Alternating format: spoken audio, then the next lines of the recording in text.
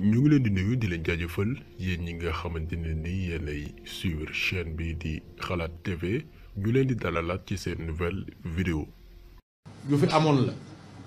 ñu ne Franck Timis dafa fay Aliou Sall lu tolloog 146 millions francs CFA waaye ba mu koy fay sax fayum làqatu la ndax ko da ko jaarale ci benn société bu tudd Agritrans ma leen di yëgal fii ne mosumaa jot 146 millions ci Agritrans yi jógee ci Franck Timis wala ci ay société am wala ci ñoo xam ne dafa jokkoo ak ñoom loolu c'est totalement faux te maa ngi invité BBC wala keneen ku munti doon ci àdduna bi mu indi preuve ne société Agritrans mos na jot xaalis bu jógee ci Timis Corporation comme ñoom niñ ko waxee ci émission.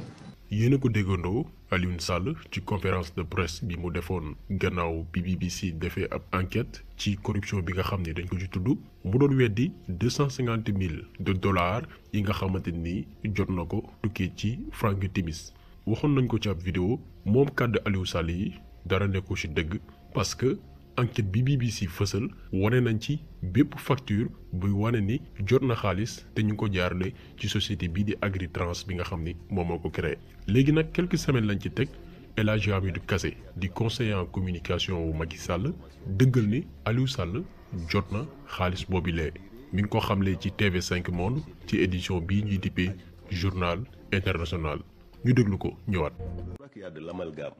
D'après les informations que j'ai, cette somme a été virée dans une société Agritrans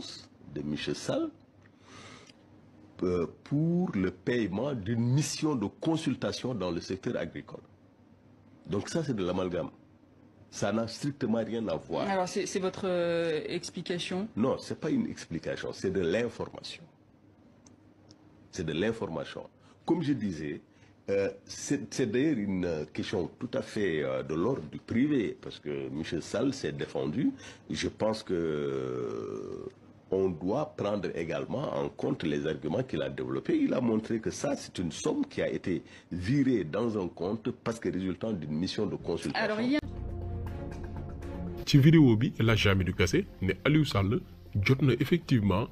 xaalis te ñu ngi ko transféré entreprise bii di Agritrans mais de toute façon bu dëggul ko wala mu weddi ko ñëpp xam nañ que ni Aliou Sall c'est un corrompu dañ ko ger pour que magam bii di Macky Sall signé contrat bi ñu accordeel Franck Timis loolu dafa leer amul werante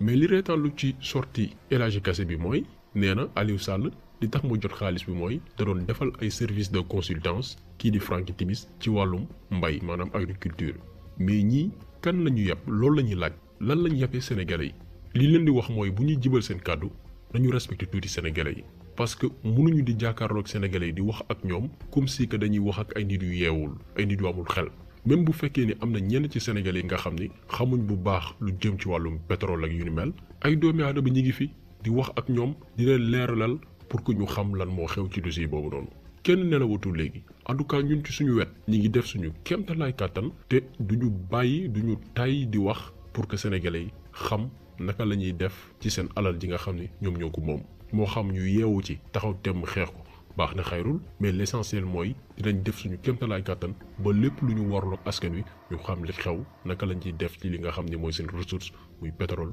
muy gaz muy yeneen richesse. léegi nag li ñuy jàpp ci histoire bii nii mooy que ni nguur gi fi ne jamono gi dañu jànnaxe parce que wolof dafa ne gémmiñ guy nàcc du wax jàmm te itam sàccum dënd yomb na mais fa nga koy tëggee mooy jafe jamono jii li ñuy def sax ñoom tayuñu ko parce que yàlla moo leen di weer fu mu toll gis ngeen suñu borom bu lay toroxal yow booy wax sax doo ko tey parce que dafa am yoo xamante ne nii suñu borom subhanahu wa taala du ko seetaan mënoon na saxal sàcc alalu askanu lëmm ba pare borom bu tedd bi toog di seetaan lii moo gën a ndaw ci erreur yi nga xam ne ñoom ñu ngi koy def moo xam erreur de communication moo xam attitude yi nga xam ne ñu ngi koy am depuis bi mbir mi éclaté mais tayuñu ko parce que suñu borom moo leen di weer te lii lu ndaw la ëllëg dina am yeneen preuve yu gën a garaaw yoo xamante ni dinañ génn te sénégalais yi dinañ xam que ni situation bi gën a garaaw sax que niñ ko foogee jamono jii ñu toll. seetlu leen rek depuis bi affaire bi éclaté naka la nguur gi di doxalee pour nax sénégalais yi. bu ñu signé contrat yi Franck Timis am permis yi koy may mu rechercher ak exploiter zone yi nga xam ne jotu nañ ne am na pétrole ak gaz ñu ci bari dañ ci waxoon Baba Aïdara def ci ay live expliqué Clédor Sène defoon ay révélation ci ay plateau de télévision ak ay rajo ak yenn site internet yi. Thierno Alassane Sall démissionné gannaaw ab deal buñ ko bëggoon signaloo te mu concerné dossier wu Total Ousmane Sonko bind ci ab livre. jamono jooju ñoom ñi féete ci nguur gi dañ doon wax naan ñooñee dañu war a noppi parce que xamuñu dara ci wàllu pétrole. alors que mbir yu ni mel muy richesse yi du ay mathématiques wala ay sciences yu compliqué yoo xamante ne nii ay yenn xeetu doomu aadama yi ñoo ko mën a comprendre du lenn lu dul ay contrat ay information yoo xamante ni mun nga ko vérifier xam lan moo ne ci biir lu yomb la. mais loolu comprendre nañ stratégie la woon pour ñoom jéem a lëndëmal xelu sénégalais yi pour que sénégalais yi bañ a sax xalaat lépp lu jëm ci wàllu pétrole ak gaz bañ ci yeewu te loolu tey changé na parce que tey sénégalais boo gis même ki nga xamante ni mosut intéressé wu ci wàllu économie politique yu ni mel mi ngi jéem a gëstu lu xew ci pétrole bi te yaakaar nañ ni premier pas la pour que sénégalais yi gën a taxaw temm ngir xeex li nga xam ne ñoom ñoo ko moom. jamono di dox BBC fësal ab enquête bi ñu mën a dippee déclic maanaam moo taal mbir yi ci enquête bi ñu fësal ci ay preuves ay contrat ak ay paiements yi nga xam ni Aliou Sall jot na ko en complicité ak magam bii di Macky Sall bi nga xam ni moo signé permis yi ñu jox Franky Timis ba loolu génnee ñu ñëwaat ñoom nguur gi ne ab complot la pour déstabiliser li nga xam ni mooy réewum Sénégal alors que BBC média bu indépendant la. bokkut ak sagaru RTS bi nga xamante ne nii bés bu yàlla sàkk lenn rek la ñuy dox mooy du ñu wan président du ñu gëstu li Sénégalais yi di dund du ñu xool jafe-jafe Sénégalais yi amuñu équilibre ni ñuy traité seen information alors que suñu alal la leen di fay. donc BBC bokkut ak ay sagaru RTS yi nga xam ne alalu Sénégalais la leen di fay te liggéeyul Sénégalais yi c'est des médias indépendants mais amuñu woon argument moo taxoon ñu doon wax naan. média la boo xam ne nii dafa bëgg a déstabiliser réew mi alors que BP bi ñuy tudd sax ci dossier bi entreprise britannique la maanaam mook BBC ñoo bokk même réew donc bu doon seen intérêt réew kese la ñuy xool du ñu def enquête bi. ñu tegaat ci diir palais présidentiel ñëwaat ni Macky Sall musul jot rapport IGE bi doon sàkku ñu annuler contrat bi ñu jox Petro-Tim bu Franky Timis parce que newul woon contrat bu jaar yoon léegi nag ñoom ñu ne musuñu jot rapport boobu noonu alors que président ci boppam. moo sàkk woon bind ab lettre pour que ñu mën a enquête ci dossier boobu noonu loolu lépp ay xeetu tiit la ak itam jéem a nax sénégalais yaakaar ni yeewuñ fi mu toll nii nag ñoom ci seen biir ñooy jokkalante ay kàddu di waxante ay wax yu ñaaw ku ne di tam sa morom dëmm parce que ginnaaw bi El Hadji Amidou Kassé defee ab sortie ci TV5 Monde dunguru Aliou Sall bi nga xam ne moom lañ teg ci bopp journal bi di Le Soleil sénégalais yi tamit moom ko muy journal boobu noonu sénégalais yi ñoo leen di fay mais journal bu tekkiwul dara la ay journalistes yoo xamante ni nii ñoom gestu kese moo leen yóbbaale ñu teg fa ab dunguru Aliou Sall muy Yakham Mbaye moom Yakham Mbaye moo indi ab tontu mais ñoom it neen la parce que jàpp nañ ni ay kàddu Yakham Mbaye moom kenn du ko accorder crédibilité parce que journaliste la boo xam ne day jaay boppam. donc léegi tamante dëmm bi yamatul rek ci ñoom ak askan wi nga xam ne ñooy kaas di dénoncer liñ fi nekkee ci réew mi mais léegi ñoom ci seen biir ñooy tamante dëmm di waxante ay wax yu ñaaw mais loolu concerné wuñ dañuy wane rek que ni instant yi amatuñ argument xastante la ñu mën waxante wax yu ñaaw mais fii dañuy indi ay mbir yu leer nii ak nii ak nii la demee.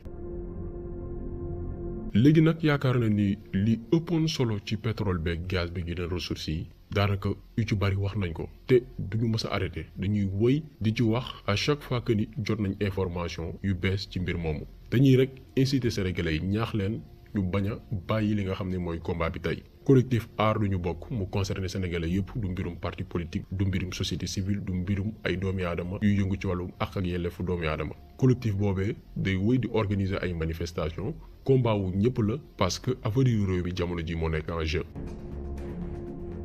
ñuy wax nag wàllum fitna ci biir réew mi xëy na peut-être dañ koy wax pour jéem a nelawal xelu nit ñi mais depuis bi mbir yi tàmbalee képp ku bokk ci collectif aar lu ñu bokk wala beneen kuréel li ngay wax mooy manifestation pacifique maanaam woote wax li la métti ci jàmm ak salaam. parce que dégg nañu récemment Imam Kanté wax ni bokkatul ci collectif aar lu ñu bokk parce que jàpp na ni ab collectif la boo xamante ni dañu bëgg a yee fitna ci réew mi mais jàpp nañ ni ab imam ak li muy représenté lépp ci diine l'islam buy wax dafa war a wax kàddu yoo xamante ni ay kàddu yu wér la. chaîne bi di Xalaat TV am na ci ay membres yoo xamante ni dañu adhéré ci collectif aar lu ñu bokk mais ci biir collectif boobu noonu amul kenn wala ñenn ñu fa mës a wax waxi taal réew mi wala yee fitna ci réew mi. et puis sax collectif aar lu ñu bokk bu ñu taalee réew mi ñoom fan lañ jëm amuñu feneen fu ñu jëm donc nag li nga xam ne yaa ko moom doo ko nasaxal. donc Imam Kanté ak ñu mel ni moom bu fekkee ni am na yeneen intérêt yi nga xam ne moo raw suñu pétrole ak suñu gaz nañu dem jël ko profito ci mais pas di jéem a tromper sénégalais yi. il faut que nit ñi def attention ci nit yu ni mel dañuy engagé wu ci ab mbir pour nit ñi xam leen ñu am tur après nag ñu dugg ci ay yeneen mbir gis nañ fi ay cas ak ay cas yu dul jeex mbir mi gëm-gëm la dogu ak taxaw xeex li nga xamante ni mooy sa alal yéen a ko bokk te mu nag concerné avenir u réew mi. tey liy dëgg mooy fii ci Sénégal kenn rek moo bëgg a yee fitna ci réew mi taal ko ba pare dem yoonam moom ak njabootam nasaxal avenir u ay ndaw ak ay génération yi nga xam ne ñoo war a ñëw muy Macky Sall. parce que xañ nit ñi ñu manifester wane li nga xamante ni moo leen métti ci biir réew mi mooy pousse nga leen ngir ñu riposter mais lan moo tax nga ni doo bàyyi nit ñi ñu organiser wu def seen manifestation ku ci nekk jël kàddu wax li nga xamante ni moo la métti ci mbir mi nga xam ne moo tax ñuy kaas buñ ci noppee ku ci nekk ñibbi sa kër jàmm na ñooy xeex du am xulo du am sànnante ay xeer du am sànnante ay gaz lacrymogène du am lan moo gën a yomb loolu. donc ku bëggul loolu noonu yow yaa bëgg a yee fitna ci réew mi yow yaa bëgg a taal réew mi Sénégal fi mu toll nii benn jafe-jafe la am benn problème la am mooy jamono ji Macky Sall jaay nañu tubaab yi benn ñuy jooytu noppeeguñu mu séddale suñu alal ak njabootam ak ay entreprise yu nekk bitim réew nasaxal li nga xam ne mooy justice bi yoon pour que benn procès bañ a am pour que ñu bañ a topp rakkam ci yoon topp ko moom ci yoon ndax dafa hypothéquer avenir u Sénégal après nag mu bëgg ñoo noot ne kenn du ko fi waxee loolu la ñu ne du fi amee tey du fi amee ëllëg Macky Sall moomul nit ñi. donc vidéo bi tey loolu la woon ñu ngi leen di gërëm di leen jaajëfal di leen jox dig daje beneen yoon ak beneen vidéo jaa ngeen jëf.